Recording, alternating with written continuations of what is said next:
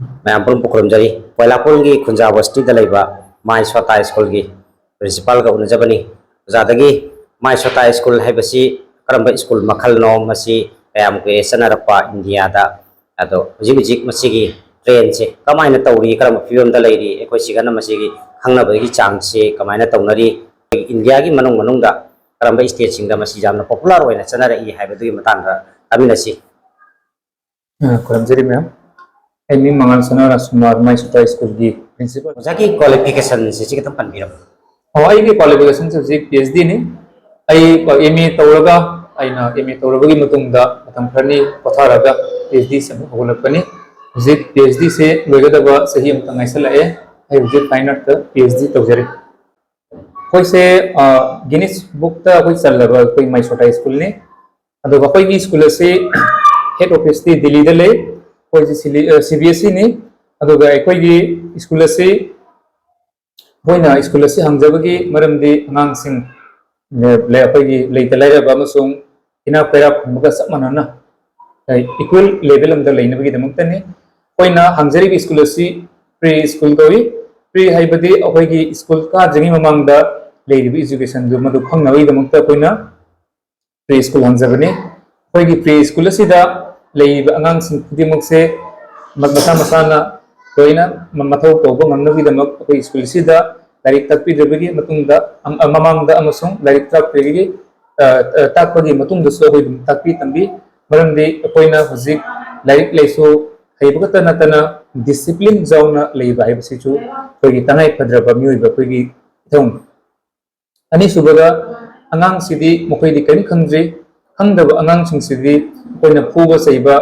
jadaba maramna Koyna सानहल्लगा मखोइगी थमोय पेलल्ले मखोइगी थमोय से पेलबगी मतुंगदा अंगांग सिंसे सानरुसी हाइना कौथोगा नाहक मु मथवाय से नुंगाइलगा थमोय पेनबगी मतुंगदा अमु कोइ स्कूलदा क्लास तमु चलगा हम लाइक से तमल्ली दुना कोइ मतम साना होनजै अंगांग सिंगी मखोइना नांगबा मतमदसु सेल्फ कॉन्फिडेंस अखोइना हपसल्ली परमदी कइगिनो आइदा कोइना पब्लिक्सता मसाना अखोइगी सोशल स्पीच पीब मतमदा सोशल स्पीच पीरप मतमदा माइक्रोफोन म पाइरप मतम अंगांगदो मा पैनिक ओइबसु यावरी सिना पैनिक डिसऑर्डर ओइदना बाहाइदना कोइना सेल्फ कॉन्फिडेंस हपसल्ले द अनि सुबदना कोइना तौजरी बिसिना को सिगसु 60% 70% अकोइना प्ले तवी अदुगा 40% सु एजुकेशन द अकोइना पुसल्ले परमदि अंगांग सिंगदा मखोइगी फ्यूचर दि मखोइना येंबा ngamjibani अखोगी फ्यूचर जेंबिरीबा उबिरीबा अखोइना अखोगी फ्यूचर दा अफबा मंगाल पुरकनाबगी दमक माई सोता स्कूल ना उजरी आता अखोगी इंग्लिश मीडियम स्कूल सिंग दा लेडी सिंग से नर्सरी है न लेरे को नर्सरी है न लेरी बसे से ओजाव से तम मतुंग दा माई सोता स्कूल से तम मतुंग दा नर्सरी से कनागुम स्कूल नंबर अतोप स्कूल नंबर दा क्लास 1 दा डायरेक्ट मिंग चंदोइने बको आगे इंग्लिश मीडियम सिंग दा तमनरी बा नर्सरी दो अदुगी क्लास तो कसिगा दुम माना रे सिगा सिमने आई मखोइद पीरिबा बुक दुसु एकोइद पी दो अखोइना CBSE नि दिल्ली दे लाकपनि ना बुक मानाय अदुगा तौतबो बुक सिगा अखोइगी बुक की कंपनी खरा ले आइदि अतोबा आइदि अखोइना सीजन आई सिन पॉलिस की निना लाइक कितन खेना मजाई CBSE दि CBSE नि तौतबो सिगा अंगांग सिंसिगा तविसिना एकोइ सिगेगी नर्सरी टू KG2 तमखिबा अंगांग से तोप स्कूल दा सतप मतमदा मयापुन हुतगी एक्स्ट्रा ऑर्डिनरी विन तोलकनेबा मरम दी कईगिनोइदा नर्सरी की मतुंगदा लाखदोरिबा क्लास पुनमक्से कोइना एडवांसली ओइना ताखरबनिना हेंग अतोप स्कूल ला लाखबा मतमदि मासी तोंगानना इंग्लिश पर्सन ओइना मीना उब फंगनी मरम दी अखोइ सिगेगी ट्रेन तौर थाखरबनिना को सिगी माई सोता स्कूल से सिगी मागी नर्सरी क्लास से हे नांदोक पगा अतोप स्कूल दा तंबा मतमदा क्लास 1 है संगुइने क्लास 1 है संगुइने मतंदो नर्सरी है बले नर्सरी है बले क्लास 1 दा संगुइने अदुगा कोइ सिगेगी TC सर्टिफिकेट पीनी अंगांग से अदुगा एलोंग विथ अखोगी कैरेक्टर सर्टिफिकेट संसु पीनी अंगांग से करिकुलम तौरगा एकोइ सिगेगी थोखिबनो मागी कैरेक्टरिस्टिक्स कई हाय बसे मागी कैरेक्टर से अखोइना खंगलगा कोइना स्कूल दा चेपीनी इंडिया की मनुंग दा मसीगी माई सोता स्कूल की प्रोग्रेस है मसे कमायना तौरी अदुगा सिलचर अमदि लखिपु एरिया की मतम से खतम पनबियो क्याम चखतलबा क्याम आइदि मफम सिका क्याम मरांग कायना लेरबा हाइबस तंबि माई सोता स्कूल की दे अखोगी लेखिपुर अमसुंग कोलापुर की दे आइन अहान बोइल थोए दुगा सिलचर सम साइड की दे मफम जामना ले ओइदि hospital road gumba adoi rongpur da su kasipur da su rom su leire koi sigi manung da su lei aduga maisota school se koi silcharon beri taren pan ki surabana koringongs da su lei helakandi koringongs da su leire sangi manung da su yamna lei aduga koi india gi manung da di gujarat gumba rajasthan delhi gumba saini ron da su leire punjab da su mafam jamna chamna lei aduga manipur da su lei haina tai masi kamaina tawbono masigi franchise na leibra natraga franchise ni franchise ki akoi franchise se akoi na mana ngamgado ibagi mong da jinga franchise packet se lojabani aduga akoi na hujik tawriba angang singse koi monthly fee jamna logjade aduga admission fees akoi jamna logjade maramdi leita lare ba singisu aina kitang mating pangge na school se hogjabani na haidi kana gumam na su tamningba leiba taraga su haidana tamba ngamna bagi damak akoi na asigi admission fees se jamna logdaba mukai tamba ngamna bagi damakta opportunity mo thamjari agi school je lai ja koi am lu nan bai tare neat and clean changi ba ka sing sida ram namasa nan ba ka sing sida ngang sing si tu raga su sok ta na bagi format na singba thabi ba koi boxing ga taw da tu raga sok ta na ba koi taekwondo to sok ta na ba koi thab adu sem si ga su thabi ba da tam asiga tamaga koi angang si oi ta ba mai na ne koi mahi gi larem bi gi koi sangai to na ka taw ba ing chek ba jeng jeng ba ka da theli ba magi picture sing nam sana sana ba angang chi education i bagi system je jam phaja ba hai tare masi puno masi ngasai gi franchise sigi manung da lai ra ojai chi amane mase franchise ki loina manung salle kone franchise ki manung sanbatana kana koi isana koi gi school da tami angang sing chitai ba tarak turaga soi da ngam dana ba hai na kone safety koi gi floor mat amam koi isana so hen ba lojai mokoi adagi so hen na pura e ado mokoi na so angang sok kana ba na so pira e doga si sa sunata na koi na nanjari basidi angang hai basidi khangdre karigumba mokut na mapairam sa ge hai dana pairi ba pura dusu makha da taraga koi mokoi dem ku mokungol laga sa ba ya ba ja da khangdra mokoi moi chaninga kani hai dana koi na luna nana tawraga laizam haptana kotna azana nom da omlak nan luna nana thamna ba khona jai class se kamai ta ojai ai che angang che changa ni changa matung dagi na loya poboki class ki details kitang hai bu ka mai step by step हाँ बसांग पदा एकोई की school city मनुंग सिदा सेंटेन तोंबा सूस तोंबा कोई yellow थंजदे मरमदी एकोई की city pre school ने मरमदुना अहान बदा एकोई ना like तमजिंग ममांग discipline हाना ताई मरमदी हाइरिबा डिसिप्लिन से यावदबा तारगदि ngang singdasu लाइक अमा यावरबि मतुंग एकोई ना हाइनाबा अहन सिंगना ले लाइक हेरगा लाइसु खंगे हाइबगी वही दुदी एकोई स्कूल दगी दि थम अगबोगी खंगल लगे हाइदन angang singsu दा एकोई ना school sida sangako matamda ahamba oina school sida marai bakalan gani school suga namasti to hongani aduga school sida school gi room manung sida sangdani mamangda school da koina thammi mangol sida koi su re khaidna masang sai su singse adana re ka thambira maga koi school da sangaga koi da jamna bebar leina jam discipline leina angang singdune koi da good morning wish tawe duga teacher singsu yamna fazana tawi duga angang singi fazaba ma anoba angang sing lapada makoina su khanaba sene ba yawdaba makai koina takpi tambibigi matungina makoina amana mabu welcome fazana tawi sigi maisota school gi mista na wai da mota jana masigi training mum basa pibra akoi gi Montessori teacher natragadi hoi learning de aduga Montessori teacher se koina khalaga thambani hoji hoji tawri base waja singse Montessori teacher ngatani ai samakso Montessori teacher oina Hyderabad ta Alert International Preschool da ai sahi home lejerai maramaduna ai ngang singsigi ai nan angam bamating pangmang amseri bani masida class set ta na bai da mata kari qualification mathau ta ba ge to training na sing ma mathau ta ra jawro ba ha bi madu qualify le ba mathau ta class se ta ko ngambagi qualification haibabu number 1 da angang hona bangamba ozama orebodi angang hona bangamba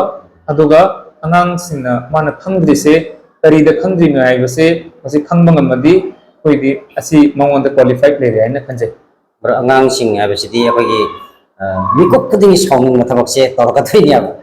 masi control to ngam oja to ne mathau ta masi mathau ta sini jadi misa puna mak ai isa gumbani naw gumbane na chap ꯃꯥꯟꯅꯕ ꯌꯦꯡꯕ ꯃꯤꯠꯌꯦꯡꯗꯨꯅꯦ ꯃꯊꯧ ꯇꯥꯔꯤꯁꯦ ꯃꯁꯤ ꯑꯗꯨꯒꯤ ꯃꯤꯠꯌꯦꯡꯁꯤꯅꯤ ꯑꯩꯈꯣꯏꯅ ꯂꯩꯔꯤꯁꯦ ꯑꯃꯗ ꯍꯦꯟꯅ ꯂꯨꯅ ꯇꯧꯕ ꯑꯃꯗꯅ ꯋꯥꯅ ꯇꯧꯕ ꯑꯗꯨꯁꯨ ꯑꯗꯨ ꯌꯥꯄꯣꯠꯇꯦ ꯌꯥꯝꯅ ꯏꯀ꯭ꯋꯦꯜ ꯑꯣꯏꯕ ꯇꯥꯏ ꯆꯞ ꯃꯥꯟꯅꯕ ꯑꯗꯨꯒꯨꯝꯕ ꯑꯣꯖꯥꯗꯨꯅꯦ ꯃꯊꯧ ꯇꯥꯔꯤꯁꯦ ꯑꯗꯨꯝꯕ ꯈꯛꯇꯅꯤ ꯑꯩꯈꯣꯏꯅ ꯃꯊꯧ ꯇꯥꯔꯤꯁꯦ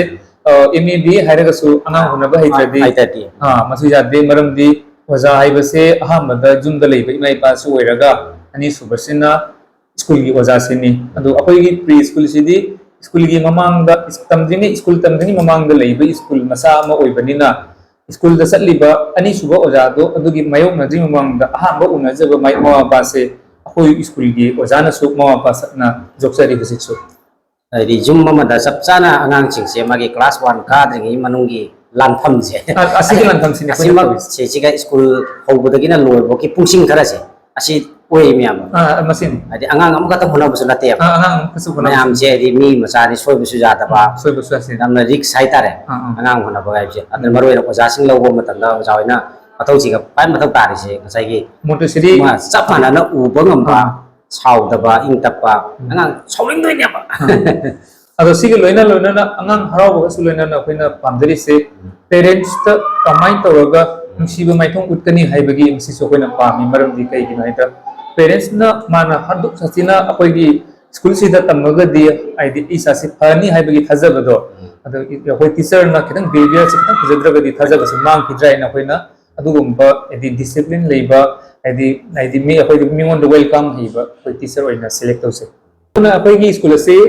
अनि लेजै अमना माइसोटा स्कूल फ्रे स्कूल नि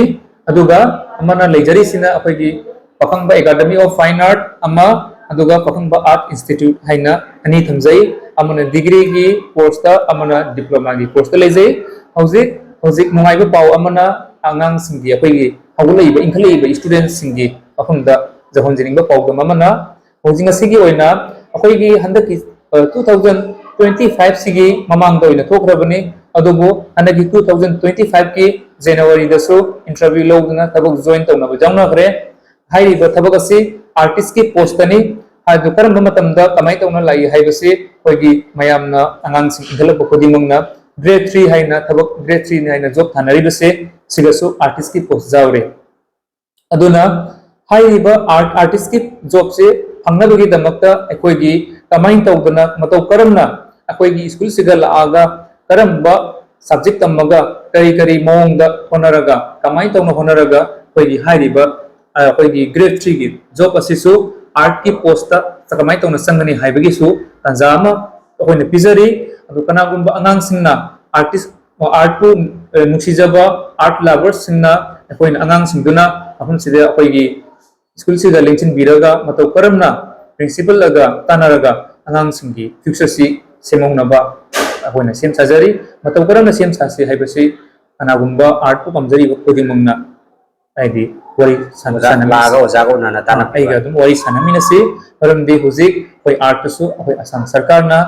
अखोइगी आर्ट की जॉब सिसु सि हप पोस्ट सिसु हपसन गरमि आर्टिस्ट की जॉब की पोस्ट सिसु हपसन गरे अने 2025 दसु पोस्ट अखोइ वैकेंसी 6 नि हपैबा अखोइगी सिगी मनुंग सिगी ओइना हपपदो कनागुंबा अतै लेप नंबर लेहौदबै दमकता हुजिक आर्टिस्ट की जॉब की पोस्ट से अखोइ स्वागी असारगी ओइ यांग हांगना लेहौरबनि अदो मथंग सहीददि आर्ट को नुसिजबा अंगांग सिंगना मैट्रिक पास तौरबा नत्रगा हाई सेकेंडरी पास तौरबगी मतुंगदा हाइबा जॉब से कनागुंबा पांबिबा लेबा तारगदि अखोइगी स्कूल लाक्पिरो लाक्पिरगा अखोइगी प्रिंसिपल गा वारी सानारगा मखा ताना थबकसि कमाई तौना फंगनबा होनसिगे हाइबतो तानामिनसि लागी मसे हौदोकपसे करम थादे हौदोकनो अदुगा पब्लिक दा मियामदा करी हाइबिनिंगे दुसा हाइबि हौदोकपसे अखोइ हंदकी सही सिगी 2025 की अप्रैल की डेट 7 दगिनि अदो मयामदा इन हाइजनिंग बाइबो जी की मतम सिगदि आदि इंग्लिश मीडियम सोइना चनरबनि अदुगा चनरगसु अखोइगी इंग्लिश स्कूल ओइरगसु अतोप अखोइगी मीडियम दबो ओइरगसु अंगांग सिंसे स्कूल लाक्ट्री ममांगदा अखोइने फ्री स्कूल हाइना स्कूल कादे ममांगदा स्कूल मसा मा हमजरी बिसिगा सिगा करिगुंबा लांप तारगदि अंगांगी पुंसिदा फ्यूचर दा कानाबा अमसुंग अतोप अतोप दस मखोइगी एक्टिविटीज एक्स्ट्रा एक्टिविटीज लाकने दुगा मयाम दुगी सो एक्स्ट्रा ऑर्डिनरी ओइनबगी जमुतसु अखोइ स्कूल गी मेते दे होनजरी मरमदि करिगुंबा पब्लिक प्लेस ता चटपा मतमदा अंगांग अमता माइक्रोफोन पिजन मतमदा इवन अपन अहन फोबोता होई मिहुन दंग दंग लावे माइक्रोफोन मा पाइ करी ओइदुना हाइबसे ओजावै सिदि सिगगी ꯑꯩꯈꯣꯏꯒꯤ ꯆꯠꯄ ꯍꯩꯕꯣꯏ ꯍꯩꯇꯕꯣꯏ ꯇꯧꯔꯤꯉꯩꯁꯤꯒꯤ ꯃꯥꯏꯀ꯭ꯔꯣꯐꯣꯟꯁꯦ ꯃꯥꯏꯀ꯭ꯔꯣꯐꯣꯟꯁꯦ ꯄꯥꯏꯈ꯭ꯔꯕꯅꯦꯕ ꯑꯗꯨꯅ ꯃꯇꯝ ꯈꯔꯒꯤ ꯃꯇꯨꯡꯗ ꯑꯩꯈꯣꯏ ꯁ꯭ꯀꯨꯜꯁꯦ ꯊꯥ 2 ꯐꯥꯗ꯭ꯔꯤꯕꯅꯤꯅ ꯊꯥ 3ꯒꯤ ꯃꯇꯨꯡꯗꯒꯤꯗꯤꯀꯣ ꯑꯩꯈꯣꯏ ꯑꯉꯥꯡꯁꯤꯡꯁꯦ ꯂꯣꯏꯅ ꯑꯦꯛꯁꯇ꯭ꯔꯥ ꯑꯣꯔꯗꯤꯅꯔꯤ ꯑꯣꯏꯅ ꯑꯣꯜꯂꯅꯤ ꯑꯗꯨꯒꯤ ꯃꯇꯨꯡꯗꯁꯨ ꯃꯈꯣꯏꯅ ꯄꯥꯏꯔꯒ ꯍꯥꯏꯗꯤ ꯃꯥꯏꯀ꯭ꯔꯣꯐꯣꯟꯁꯦ ꯄꯥꯏꯔꯒ ꯏꯁꯩ ꯁꯛꯄ ꯃꯤꯉꯣꯟꯗ ꯋꯥꯔꯤ ꯁꯥꯟꯅꯕꯁꯦ ꯃꯈꯣꯏꯅ ꯍꯥꯏꯂꯤ ꯀꯣꯟꯐꯤꯗꯦꯟꯠꯂꯤ ꯃꯤꯉꯣꯟꯗ ꯋꯥ ꯉꯥꯡꯕꯒꯤ ꯁ꯭ꯄꯤꯆꯁꯦ ꯑꯁꯤꯃ ꯄꯋꯥꯔ ꯃꯊꯟꯇ ꯑꯗꯨꯝ ꯂꯩꯔꯅꯦꯕ ꯃꯥꯏꯀ꯭ꯔꯣꯐꯣꯟ ꯄꯥꯏꯕꯒꯤ ꯃꯑꯣꯡ ꯀꯗꯣꯝꯗ ꯄꯥꯏꯅꯤ ꯆꯤꯟ ꯀꯗꯣꯝ ꯊꯝꯒꯅꯤ ꯍꯥꯏꯕꯗꯣ ꯂꯣꯏ ꯌꯥꯎꯔꯕꯅꯤ ꯂꯣꯏ ꯌꯥꯎꯔꯕꯅꯤ ꯃꯔꯝꯗꯤ ꯀꯩꯒꯤꯅꯣ ꯍꯥꯏꯗꯤ ꯃꯥꯏꯀ꯭ꯔꯣꯐꯣꯟ ꯄꯥꯏꯔꯒ ꯋꯥ ꯉꯥꯡꯕ ꯃꯤꯃꯥꯡꯗ ꯊꯣꯛꯑꯒ ꯉꯝꯃꯤꯕꯁꯦ ꯁꯤ ꯑꯂꯨꯕ ꯁꯤꯁꯨ ꯑꯂꯨꯕ ꯀꯩꯅꯣ ꯁꯕꯖꯦꯛ ꯑꯃꯅꯤ ꯃꯁꯤ ꯈꯪꯍꯧꯗ꯭ꯔꯒꯗꯤ ꯍꯌꯦꯡ ꯑꯩꯈꯣꯏ ꯂꯥꯏꯔꯤꯛ ꯂꯥꯏꯁꯨ ꯌꯥꯝ ꯍꯩꯔꯒꯁꯨ ꯀꯣ ꯑꯍꯟ ꯉꯥꯡꯊꯣꯔꯛꯄ ꯃꯇꯝꯗ ꯉꯝꯗꯕ ꯌꯥꯎꯔꯦ ꯃꯥꯏꯀ꯭ꯔꯣꯐꯣꯟꯁꯦ ꯑꯩ ꯀꯗꯣꯝ ꯊꯝꯒꯅꯤ ꯈꯪꯗꯕ ꯃꯌꯥꯝ ꯑꯃꯁꯨ ꯂꯩꯔꯦꯕ ꯂꯩ ꯃꯥꯏ ꯉꯥꯡꯕꯗꯣ ꯑꯗꯨꯝ ꯉꯥꯡ ꯑꯗꯨꯝ ꯆꯠꯈꯤꯕ ꯃꯥꯏ ꯑꯗꯨ ꯃꯥꯏꯀ꯭ꯔꯣꯐꯣꯟꯁꯦ ꯀꯗꯥꯏ ꯌꯧꯅ ꯀꯨꯝꯗ ꯈꯣꯏꯗꯧ ꯌꯥꯎꯅꯒ ꯊꯝꯕꯒꯁꯨ ꯌꯥꯎꯔꯦ ꯖꯥꯎꯔꯤ ꯑꯗꯨꯁꯨ ꯅꯠꯇꯅ ꯀꯃꯥꯏꯅ ꯇꯧꯒꯦ ꯁꯤꯗ ꯃꯥꯏꯀ꯭ꯔꯣꯐꯣꯟꯁꯦ ꯄꯥꯏꯔꯕ ꯃꯇꯨꯡꯗ ꯏꯐ ꯐꯪꯉꯤ ꯂꯩꯔꯕ ꯃꯤꯗꯣ ꯄꯥꯈꯠꯇꯦ ꯇꯧꯒꯨꯝꯅ ꯑꯩꯈꯣꯏꯒꯤ ꯀꯤꯅꯒ ꯑꯗꯨꯒꯨꯝꯕꯁꯨ ꯂꯩ ꯑꯗꯨꯃꯁꯨ ꯂꯩ ꯃꯁꯤꯒꯨꯝꯕ ꯍꯥꯏꯗꯤ ꯈꯨꯗꯣꯡꯊꯤꯕ ꯊꯤꯅꯤꯡꯉꯥꯏ ꯑꯣꯏꯕ ꯃꯉꯣꯟꯗ ꯃꯤ ꯃꯃꯥꯡꯗ ꯏꯀꯥꯏꯅꯤꯡꯉꯥꯏ ꯍꯪꯒꯣꯏꯅꯤꯡꯉꯥꯏ ꯑꯣꯏꯕꯁꯦ ꯑꯩꯈꯣꯏ ꯅꯔꯁꯔꯤꯗꯒꯤ ꯂꯣꯏꯁꯤꯜꯂꯒ KG 1ꯗꯒꯤ ꯁꯤꯒꯤ ꯀꯣꯟꯐꯤꯗꯦꯟꯁꯁꯤ ꯑꯩꯈꯣꯏꯅ ꯆꯪꯕ ꯍꯧꯏ ꯍꯥꯏꯔꯤꯕ ꯁ꯭ꯇꯨꯗꯦꯟꯠꯁꯤꯡꯁꯤꯅ 4, 5, 6 ꯀ꯭ꯂꯥꯁꯀ ꯀꯥꯔꯛꯄ ꯃꯇꯝꯗꯨꯒꯗꯤ ꯃꯥꯁꯦ ꯇꯥꯛꯅꯤꯡꯉꯥꯏ ꯌꯥꯎꯗꯕ ꯑꯗꯨꯗꯤ ꯑꯣꯖꯥ ꯑꯃꯒꯤ ꯇꯥꯏꯞꯇ ꯆꯠꯈ꯭ꯔꯅꯦꯕ ꯑꯣꯖꯥ ꯑꯃꯒꯤ ꯇꯥꯏꯞꯇ ꯆꯠꯄꯗ ꯅꯠꯇꯅ ꯑꯩꯈꯣꯏꯒꯤ ꯂꯩꯕꯥꯛꯀꯤ ꯀꯔꯤꯒꯨꯝꯕ ꯃꯊꯧ ꯑꯃ ꯇꯥꯔꯛꯄꯗ ꯃꯟꯇ꯭ꯔꯤ MLA ꯎꯅꯒꯦ ꯍꯥꯏꯕꯗ ꯃꯥ ꯀꯔꯤꯝꯇꯪ ꯀꯤꯕ ꯍꯥꯏꯗ ꯂꯩꯔꯔꯣꯏ ꯑꯩꯈꯣꯏꯅ ꯑꯀꯤꯕꯗꯣ ꯃꯉꯣꯟꯗ ꯂꯧꯊꯣꯛꯑꯝꯃꯒ ꯊꯝꯕꯤꯔꯝꯕꯅꯤ ꯃꯌꯥꯝꯗ ꯍꯥꯏꯖꯕ ꯍꯥꯏꯕꯕꯨ ꯑꯩꯈꯣꯏꯒꯤ ꯑꯗꯣꯝꯒꯤ ꯑꯉꯥꯡ ꯍꯣꯠꯅꯕꯒꯤ ꯇꯦꯟꯁꯟ ꯑꯃꯁꯨꯡ ꯑꯉꯥꯡꯒꯤ ꯐ꯭ꯌꯨꯆꯔ ꯀꯃꯥꯏꯅ ꯇꯧꯅ ꯁꯦꯝꯒꯅꯤ ꯍꯥꯏꯕꯒꯤ ꯃꯗꯨꯒꯤ ꯑꯗꯣꯝꯒꯤ ꯇꯦꯟꯁꯟ ꯃꯌꯥꯝꯗꯣ ꯑꯩꯈꯣꯏꯒꯤ ꯃꯥꯏ ꯁꯣꯇꯥꯏ ꯁ꯭ꯀꯨꯜꯗ ꯑꯣꯏꯅ ꯄꯤꯕꯤꯔꯝꯃꯨ ꯑꯗꯨꯒꯤ ꯑꯩꯈꯣꯏꯒꯤ ꯑꯗꯣꯝꯒꯤ ꯇꯦꯟꯁꯟꯗꯣ ꯑꯩꯈꯣꯏ ꯂꯧꯖꯒꯦ ꯊꯥꯒꯠꯆꯔꯤ